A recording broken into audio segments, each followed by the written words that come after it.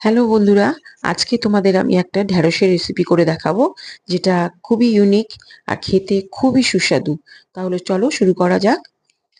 কড়াই গ্যাসে বসিয়ে তাতে আমি কিছুটা সাদা তেল দিয়ে দিচ্ছি। তেলটা গরম হয়ে গেলে এতে আমি আগের থেকে কিছু ঢ্যাঁড়স কেটে রেখেছিলাম ছোট ছোট করে, সেই ঢ্যাঁড়সটা দিয়ে দিয়েছি। দিয়ে এবার তেলের মধ্যে এটাকে নেড়ে নেবো। নেড়ে এটাকে হালকা ভাজা করে নেবো। হালকা ভাজা হয়ে গেছে, এবার আমি এটা ঢ্যাঁড়সগুলো সব তুলে নিচ্ছি। একই তেলে আমি জিরে, তেজপাতা ফোড়ন দিয়ে দিলাম। এর থেকে একটা সুন্দর গন্ধ বেরোবে। তারপরে আমি দুটো বড় সাইজের পেঁয়াজ কেটে রেখেছিলাম আগের থেকে, পেঁয়াজগুলো দিয়ে দিচ্ছি। পেঁয়াজটাকে আমি ব্রাউন করে ভেজে নেব। দেখো পেঁয়াজটা আমার প্রায় ভাজা হয়ে গেছে। এবার এর মধ্যে আমি কিছু মশলা দেব। দিলাম জিরে গুঁড়ো, ধনে গুঁড়ো, লঙ্কার গুঁড়ো দিয়ে এবার মশলাটাকে একটু নেড়ে নেব।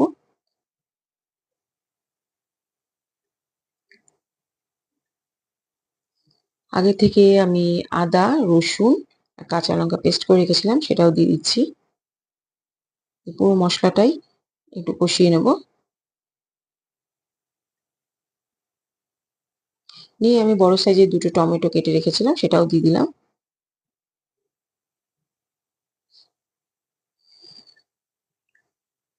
টমেটোটা নেড়ে এর মধ্যে আমি দিচ্ছি নুন, হলুদ দিয়ে এবার মশলাটাকে, এই সমস্ত মশলা আমি ভালো করে কষবো যতক্ষণ না টমেটোটা গলে যায়।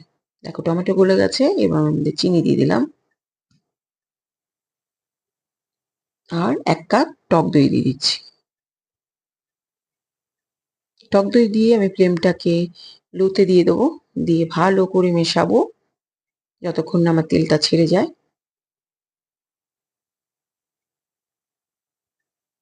দেখো মশলা থেকে তেল ছেড়ে দিয়েছে। এবার আমি এর মধ্যে আগের থেকে ভেজে রাখা ঢ্যাঁড়সগুলো দিয়ে দিচ্ছি।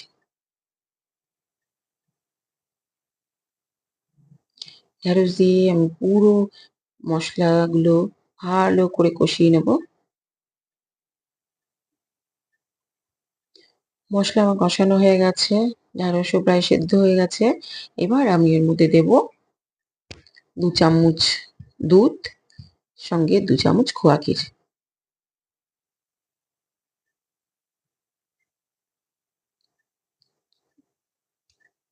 পুরো জিনিসটা মিশিয়ে দেবো।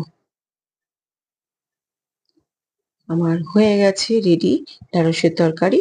এবার আমি এর মধ্যে কুচনো কিছু ধনেপাতা দিয়ে দিচ্ছি।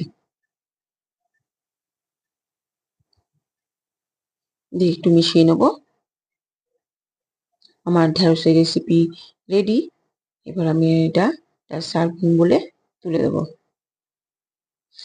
তোমরা অবশ্যই এটা বাড়িতে বানিয়ে খেও।